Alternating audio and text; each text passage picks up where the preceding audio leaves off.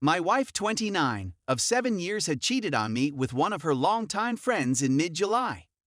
I discovered text messages back and forth between them after getting suspicious and finally checking her phone. The texts I read were from a day after D-Day, about how good there was, I love you, and even discussing a mild fight we had where she recounted things I said and they both laughed about it. I tried to explain that we may be entering a new stage of marriage where we are comfortable and complacent. It might feel a little boring, but maybe that's just how things get once you're married for more than a few years. But she is convinced that is wrong and we've drifted apart. Despite spending our days together full of good conversation, good, etc., she doesn't know that I know. I've talked to a lawyer and have divorce papers in the works. Note this is the second time she did this. The first time she cheated when we were dating. We had a 6-month split, worked things out, got back together, and later married. On the rare occasions we talk about her past infidelity, I've told her if she ever does it again, we're done. We've been fine for 6 years with no problems. About a year ago, she began getting a little colder and wouldn't accept my affection. Things like she didn't hug me back at all. I guess this distance culminated in her affair. Fast forward to today, I've known for 3 weeks and have been waiting for paperwork before confronting her. At first, she was clearly not interested in me, but this week she seems to be feeling more guilty about her actions and a little more interested in me. She has been trying to do what she can to make up for her actions in her own way. All without us never talking about it. Like washing dishes, cleaning, cooking, all while refusing any help. It's like she is punishing herself. In my mind, she has completely betrayed me and I can no longer trust her. She has caused me such pain and cannot possibly love me if she is able to do all that. Financially we have been okay, but struggled a bit because she doesn't want to work. She is finally working for a year, but it's a min-wage part-time job and barely covers her bills. I feel like I have to pull all the weight and she is not really my equal. At the same time, I still care about her, value the life we built, and will worry about what will happen to her. I think she could easily fall into a deep depression. There is really only one way forward, and that is divorce. But I am worried about how she will take it, and it will be hard to resist taking her back. I almost wish she would happily leave with her new person. I know I have to divorce her, but not looking forward to the heartbreak, loneliness, and whatever else I can't even predict. How do I do this? Update. So I originally thought she began cheating in July, but nope. Not only did her affair begin in May, but from March to May she had another affair, this one involving unprotected with a heroin addict. So the grand total of cheating is 4 dudes now. On to the current AP. First, she established his support by lying to him about our relationship. She told him I insult her and am mean, which is not true at all. This gave him justification. So he began manipulating her, telling her she deserves better, that I'm a piece of, I'm a child, all kinds of stuff. He actually fancied himself a relationship coach. He would listen to her complaints about me and tell her how I would respond or the reason I did that. The person she is cheating with, telling her how to handle her relationship. The things she was mad about, I had no idea they bothered her, she never told me. Remember, he has never met me, yet he thinks he can predict all my behavior. This guy prides himself on his control over others, he bragged about it. He thinks he's some relationship guru, it's ridiculous. He is a church minister. He bragged about how he helps a teen group get closer to God. In one instance, he bragged how he helped a teenager break up with his GF, and then did a good job consoling the GF because she was then suicidal. So she has fallen for this good guy act, total manipulation, line and sinker. He refers to her living with me as prison, and calls me while I am the one who hugs her, who pays her bills, who happily greets her when she gets home from work, who values her above all others. I do have to come clean. I value self-improvement very much and believe PPL should always be striving to improve. But she has not improved at all over the last 10 years. She is overweight, dropped out of college, working a min-wage part-time job. Years ago I tried to get her to improve, asked her to go to the gym with me, do a sport, anything. But she refused. She was unemployed for 4 years while I paid her student loan and alarmingly high credit debt. I asked her to find a job every week, she never did. I asked her to go to school, I'd pay, she can study anything she wants. She never went. After a few years of requesting her to work on herself, I slowly got frustrated to where I began criticizing her for her lack of effort. Sometimes I was so frustrated with it, I was mean about it. This was very wrong of me. I stopped all my criticizing a few years ago, before her affairs began. She truly loved me even when I was still meanly criticizing, yet now that I'm not, she didn't love me. My criticizing didn't come from a place of hate. I believe that a marriage is partnership that should be equal, that she should be my equal. I wanted to help her gain equality in our relationship, but she didn't want it. I think we are supposed to be able to lean on each other for support, yet she leaned on me only.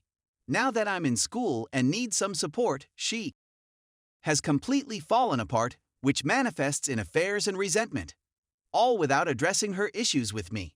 She has a problem with me, she brings it to AP and he tells her what I will probably say.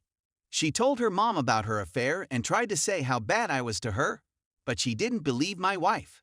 My wife got angry that her mom wasn't on her side. Complained about it to AP, who quickly took her side and rationalized her mom's stance. My wife is looking for someone to agree with her, to justify the awful things she's done to me. She feels shame and hides it by convincing herself how terrible a person I am. She has very little emotional intelligence and barely pays attention to me, can't read me at all, yet she is an open book to me. Her mental image of me is not at all who I really am.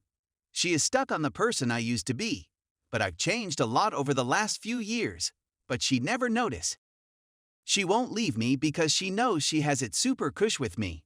She told AP if she leaves me she has nothing. I am a busy student, so I don't have tons of time to give her attention like I used to. I think this is what triggered the cheating. If anything else challenges her as a priority for me, she goes wildly unstable.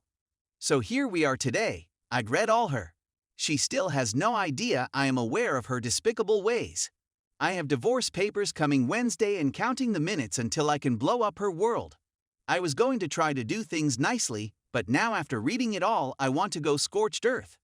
I want her to really understand the depth of her horrible behavior. I posted last week I was not looking forward to it, but now I am. I can't wait to read her texts with AP back to her and show her just how up it is. I can't wait to point out all the obvious manipulation AP has done with her. I am looking for support for my situation and possible solutions to a dilemma. We have a dog that she is obsessed with like a child and will fight tooth and nail for, but neither of us has money to fight it over in court. So how can I keep my dog without incurring $30,000 in court/lawyer fees? Yes, she is crazy enough to do that over the dog.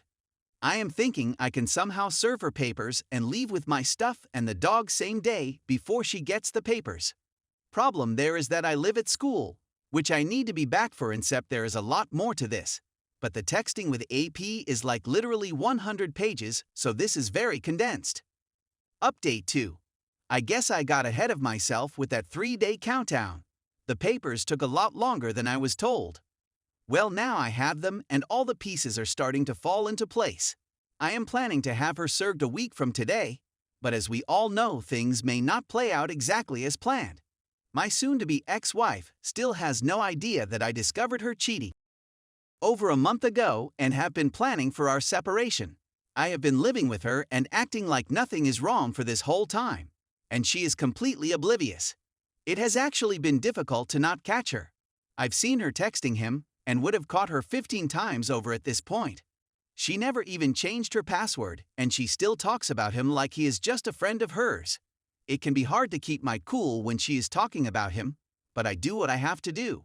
Sometimes I feel like secretly plotting against her to pull the rug out from under her is wrong. Not wrong to do to her, but immoral for me to do something like this, regardless of who is on the receiving end. Some days it is difficult to hide that I am angry with her about what she did. Some days it feels like some weird dream I am living in. We had a major disagreement over our relationship, and I was able to call her out on a lot of her bad decisions without having to give up the fact that I knew everything. I told her she didn't love me and that I hadn't mattered to her in a long time. That was a week ago, and I've been using the major battle as a cover ever since. So now, whenever I'm furious or cold, she blames it on that huge argument we had. I was the only thing keeping our relationship together, and now that I know of her adultery, I don't see why I should put up any effort. As a consequence, our relationship has deteriorated significantly. I told her everything and she seemed to understand it was true. She seemed to have chosen me over her affair partner since that dispute. This is plainly not how it should be. She chose me when we married, therefore there should be no option here. She has been paying more attention to me and interacting with me. She is determined to make things work. But in my opinion, it is much too little, far too late. She has no power to modify the predicament she has created for us. She created her bed, and now she must sleep in it. This adultery started when her place as the ultimate center of my life was called into question, as was her great amount of attention from me, from which she receives enjoyment. Instead of connecting with me, she sought attention elsewhere. What I find genuinely amusing is that the guys she has chosen to have relations with do not either. One person neglected her for weeks at a time, while the other guy had an ex-wife and a kid who he even assured her would always be his priority. He's even been seen out and about with other females. Remember that this person is also a youth pastor. So, despite the fact that they tell one another how great their love is, she is not even second in command to this guy. He even informed her that he intends to relocate in order to co-parent his child with his ex. But none of this mattered to her. How come she's okay with it yet can't stand it when I'm focused on schoolwork? So here's the most recent update. As a result of our heated argument, she has chosen to spend a few weeks with her parents to clear her thoughts. This makes things a lot simpler for me since I don't have to worry about her refusing to leave, fighting me, or doing anything else weird. She had already made preparations to return. She has no idea that I have arranged for her divorce papers to be served the day after she arrives at her parents' house. So I just have a week left and it can't come fast enough. As much as I want it to be done, it also means that this is the last week I'll ever see my puppy. It's a tremendous bummer. We have a strong bond, but I have no chance of keeping him. There are certain particular conditions that I won't get into, but it's almost impossible for me to retain him. I'm going to miss him terribly. Update 3. I finished it. The news caught her off guard and left her sad. I found out about my wife's several indiscretions more than a month ago, but I didn't confront her. Instead, I deliberately and quietly plotted how to get her out of my life with as little complications as possible. For the previous month, I've been behaving completely normal, being pleasant, getting her stuff, having chats, and so on. Update 4. It's been a long month. I was on the verge of calling her out, and it was on the tip of my tongue. But I never did since it would complicate things for me.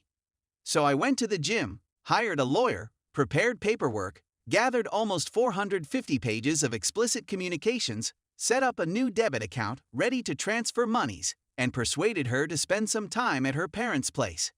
Everything, and I mean everything, happened just as planned. I even anticipated her and her family's response. As soon as I heard the papers were handed, I blocked her credit card in my name and moved half of our money to the new debit account. She went with her mother yesterday, and all I could do was embrace her and tell her to take care of herself. Okay, she said. A process server came to her parents' house this morning and presented the documents. She had no clue I was watching her, and her parents say they had no knowledge about anything. She was supposedly taken aback and burst out laughing. I say hysterical because, get this, I haven't spoken to her yet. Yes, her mother did call, and I had to explain the situation to her. However, they are just high-level details. Even in this scenario, her mother is attempting to fix her concerns. It's just absurd. I can't even talk about my personal connection with my wife in private.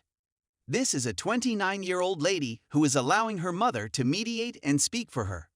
Although I had a wonderful connection with my mother-in-law, and she did encourage my wife and me to focus on our marriage, I view this behavior of them both to be beyond stupid. I handled everything with tact, maintained my cool, and didn't allow my emotions take over. But I had to bite my lower lip extremely hard.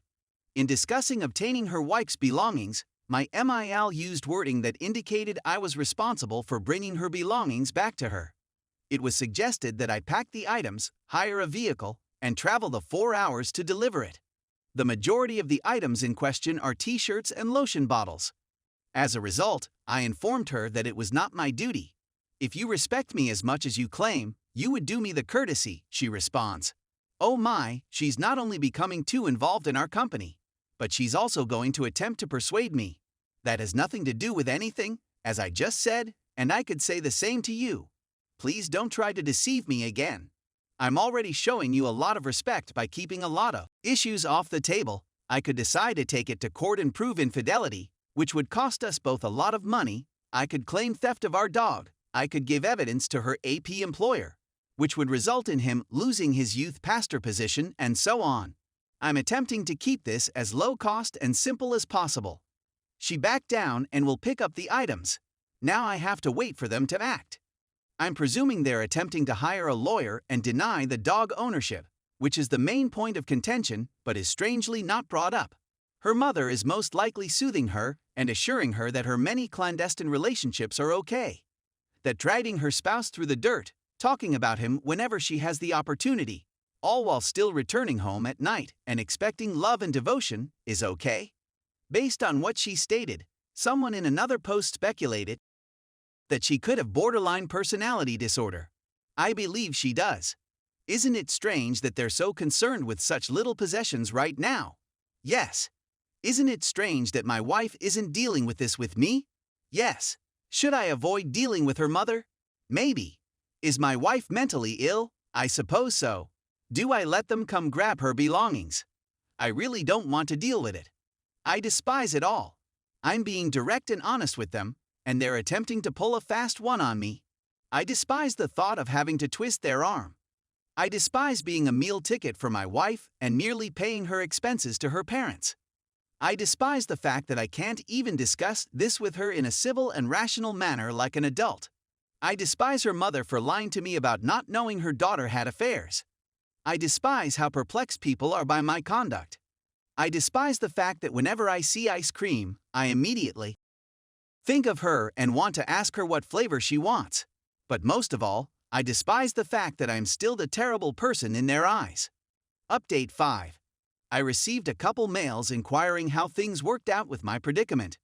In a nutshell, it's all fine. It was a fresh start. There was no contact, and there were no problems. She went on, and so did I, that's all. It was effectively a very costly split. The only thing that annoys me is that I had to give up my dog. But it seems that he is still living peacefully with her. I graduated, obtained a job, and relocated after my divorce. She moved into her parents' spare bedroom and never left. She obtained a low-wage job and hasn't worked since. She's dating someone, that's all I know, since she's blocked me despite the fact that I've never said anything. I dated a few females before finding one who was incredibly unique and showed me love I didn't know existed. Then I went on to lose her. So I'm single and doing really well with dating. Virtually every lady I've met has been miles better than my ex-wife.